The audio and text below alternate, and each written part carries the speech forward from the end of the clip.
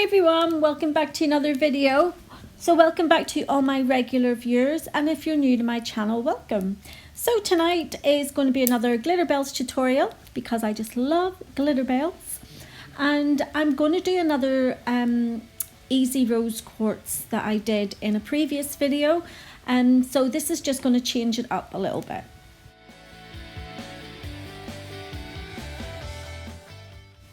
So starting off the nails, I'm going in with a layer of pink opal. I'm just going to keep it really fine because I want to build up the colour on these nails. So it really is just a very thin layer of pink opal over all the nails, except for the ring finger and the middle finger. I'll only be doing the pink opal just beyond where the nail bed is.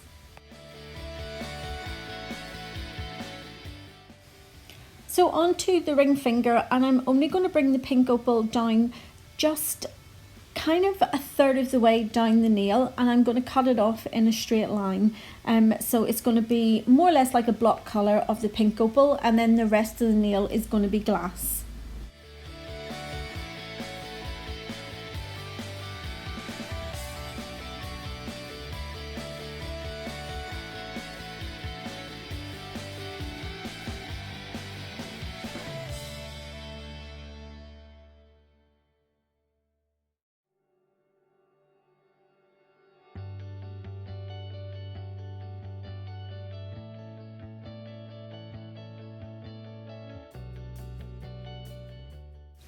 Onto the ring finger now, and this finger is all going to be given the illusion of a glass tip. So I'm only covering the actual nail bed area in pink opal just to have the same nail bed colour as the rest of the nails.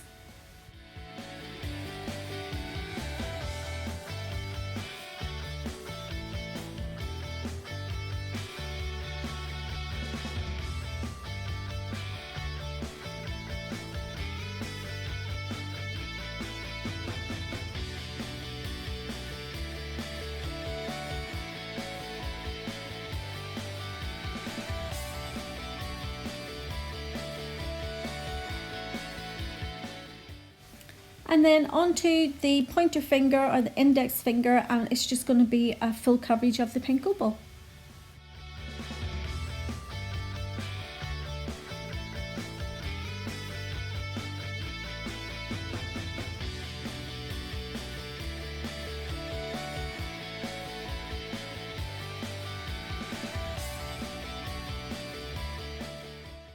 So to create the appearance of the rose quartz, I'm going in with Snowdrops White.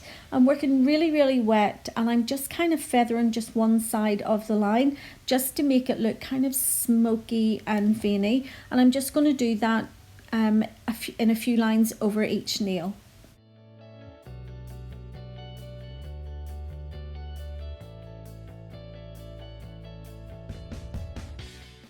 So the veins that run through rose quartz, they don't always run in a straight line, and they come in all different directions. So I'm trying to recreate that throughout the nails just by putting the lines on in different places. Some of them are running into others, and then I have some of them that are just sitting out on their own. So onto the ring finger now, and I'm just going to do the same as I did on the little finger. But on this nail, it's only going to be brought down to where the pink opal ends.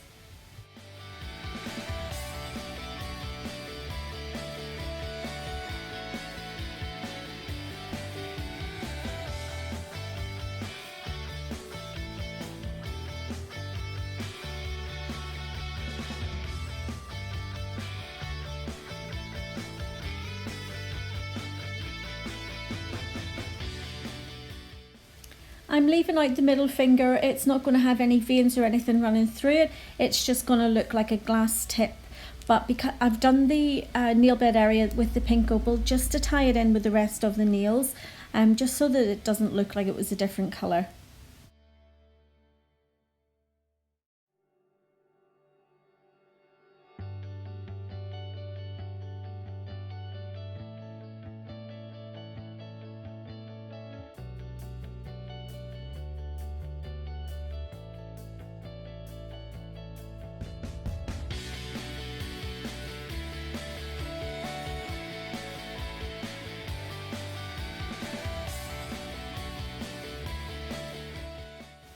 Okay, so that's the first layer of veins in. I'm now going to go over all the nails with the Pinkerbel Sheer, and everywhere that I've placed the pink opal and the veins is going to be covered with the Pinkerbel Sheer.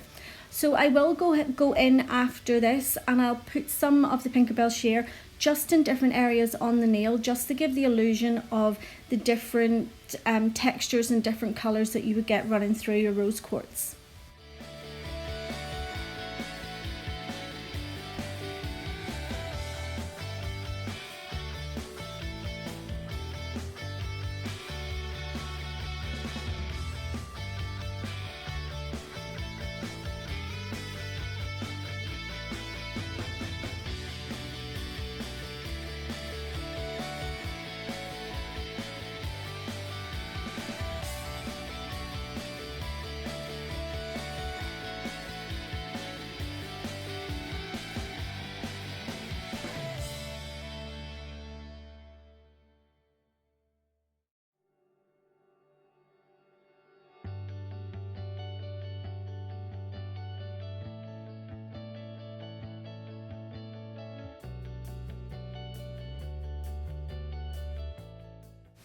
So this is where I'm just adding a little bit more of the Pinkerbel Sheer just to have a difference in the colour of the quartz.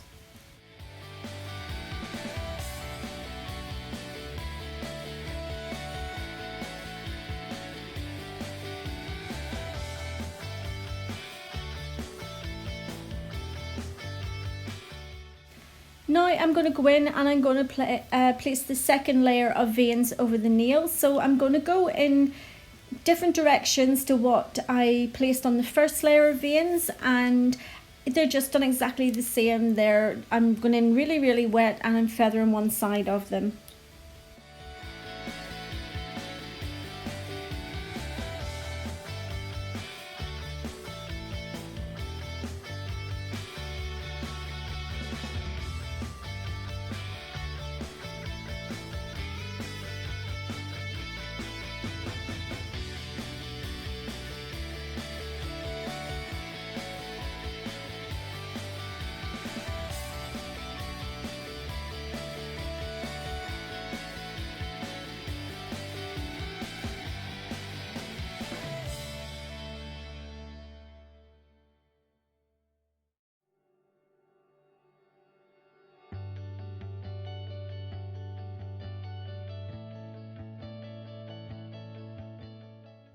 And again, I'm leaving the middle nail out because that's just going to be a glass nail, and I'm going to decorate that with a 3D flower. So onto the ring finger, and again I'm only bringing those veins down to where the pink opal ends, because the rest of this nail is going to be glass, and I'm going to do some 3D nail art on this one also.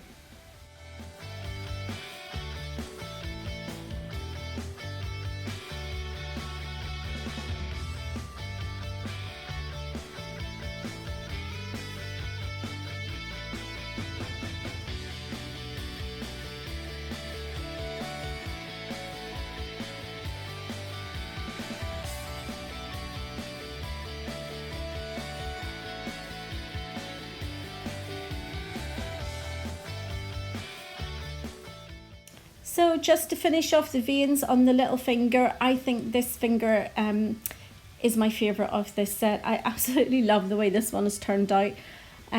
So yeah, the only thing now I'm going to do is I'm going to go in and add some broken gold. As you know, it's my favourite. I absolutely love it. So I'm just going to go in and do some little highlights of the broken gold, just in different places over the rose quartz.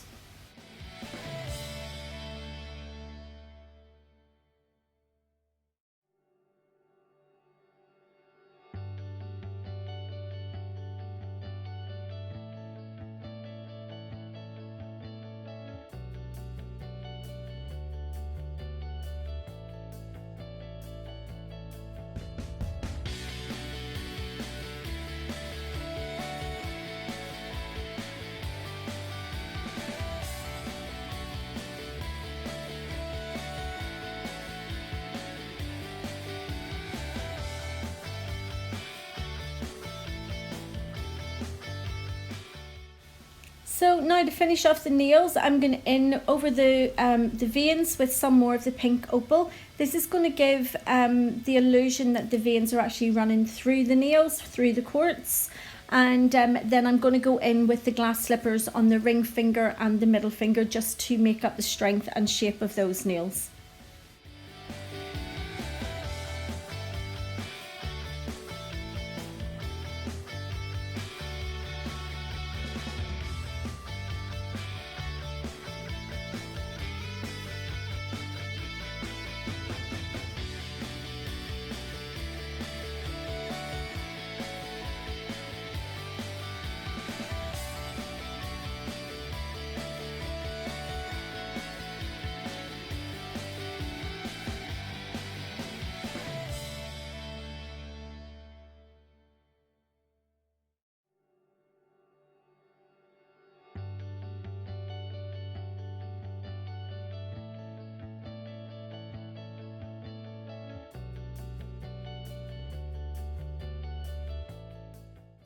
You can see by going over with another layer of the pink opal, it just kind of sort of camouflages a little bit of the veins, but to me, it just, you can't really see it too much, you know, when I'm working on the nails.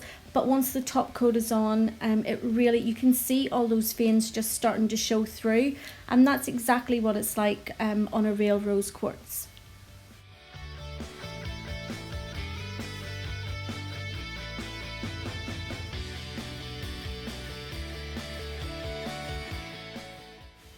So onto the ring finger and the middle finger, and I'm going in with the glass slippers just to strengthen up that free edge and create the apex and the overall shape of the nails.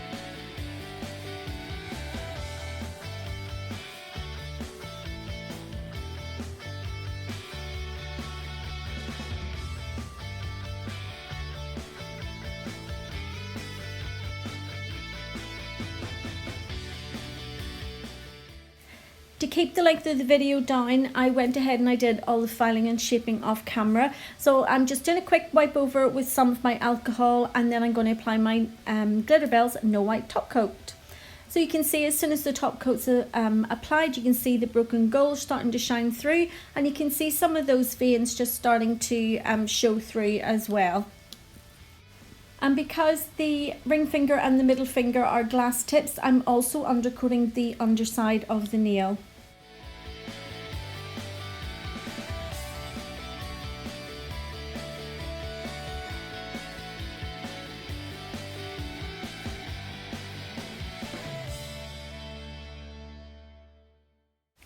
Okay, so I have cured my No White top coat in my LED lamp for 60 seconds, and I'm now going to go ahead and I'm going to apply my rhinestones.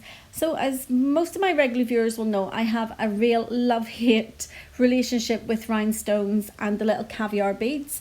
They just sometimes, oh my goodness, they just don't work for me.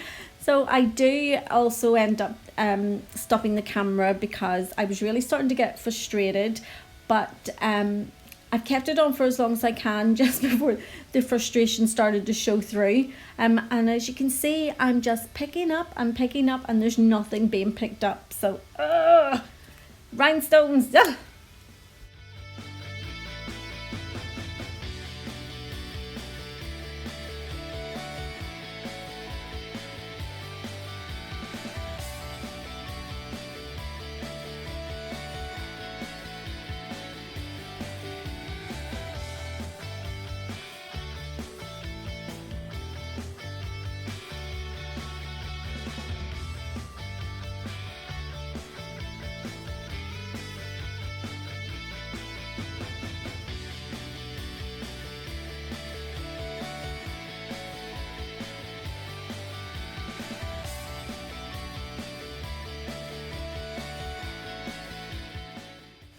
Oh my goodness, like how long is it taking me to put these little caviar beads on? I hope you can maybe feel my frustration and can absolutely 100% relate to this.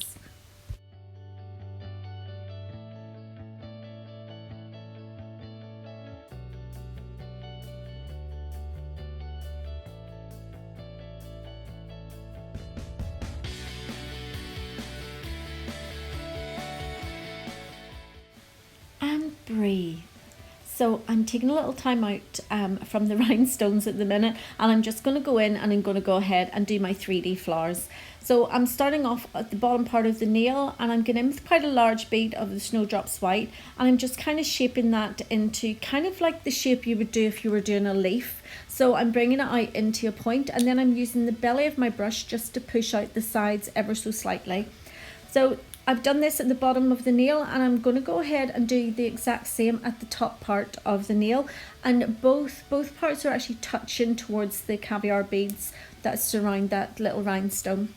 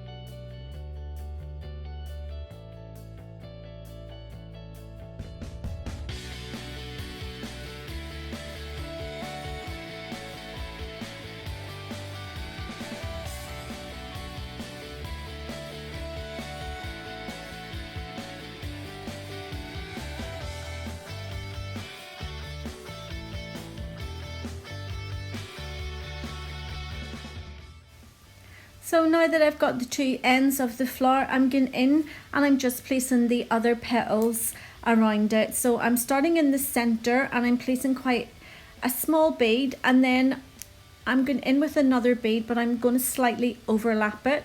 So the sides of it kind of just overlap that central petal.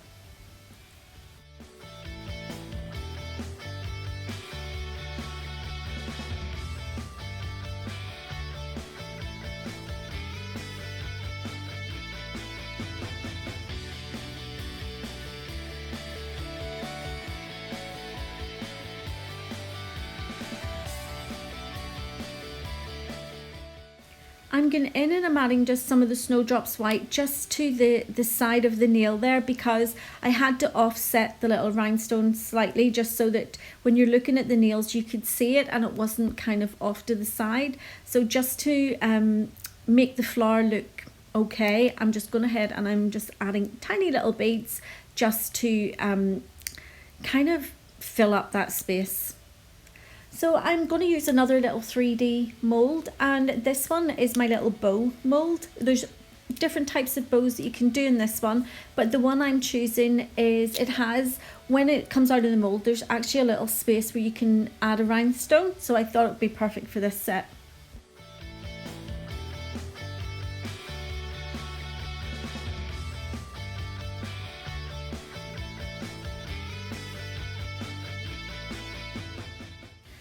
So I'm really pressing the Snowdrops White into this mould because this wee mould is, it's actually quite deep, so I want to make sure that the whole mould is filled with the Snowdrops White.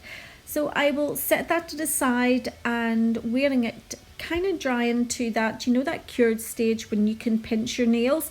That's the stage that you want to lift your mould out, or the acrylic out of your mould, because it means that you still have time to shape it so that it lays flat on the nail. While I've been waiting on that little mould curing, I've went ahead and placed another rhinestone on the middle finger, and now the little acrylic mould is ready to come out. So I'm just going to go ahead and place some of the gripper glue onto the ring finger, and that's what I'm going to use to secure the little mould down. It does come out of the mould really, really easily. I just kind of bend it just so that you can see the sides starting to come away. And then I just use my little straight tweezers just to pick it out and pop it on the nail. So I'm just going in with my little picker upper there, and I'm just making sure that little area, that little hole that's there for the rhinestones is deep enough, because the rhinestone I'm using, it isn't one of the flat backed rhinestones, it's one of the pointed back. So I'm just trying to make sure that it will actually fit in this little mould. Nightmare. I honestly, oh my goodness, me and rhinestones definitely have a love-hate relationship. So as you can see, I have lost that little rhinestone. I don't know where it went. I think it fell off the table. So I've just went in with a flat-backed rhinestone. Back onto the middle finger now, and that little rhinestone that I placed while I was waiting on my mould curing, I'm just going ahead and I'm going to put a few little petals just around it up at the cuticle area.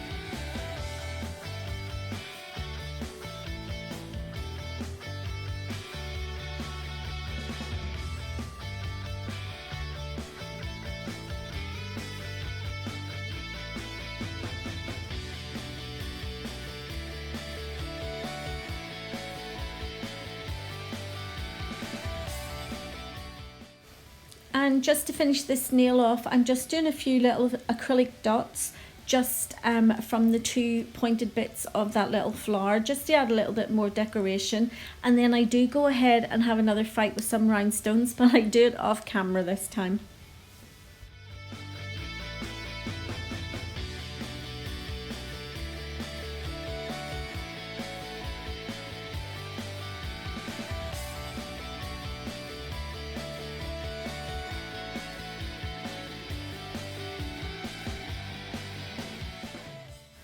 Back onto the ring finger now, and just to finish it off, I'm just going in with the little caviar beads, and I'm just going to place almost like a little chain going from one of the sides of the bows to the side walls of the nail.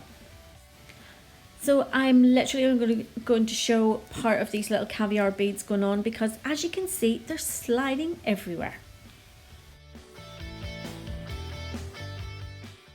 Well, here's the finished set, guys. I hope you enjoyed the video. If you have, you know what to do. Give it a thumbs up. And if you haven't already subscribed to my channel, you could go ahead and do that now.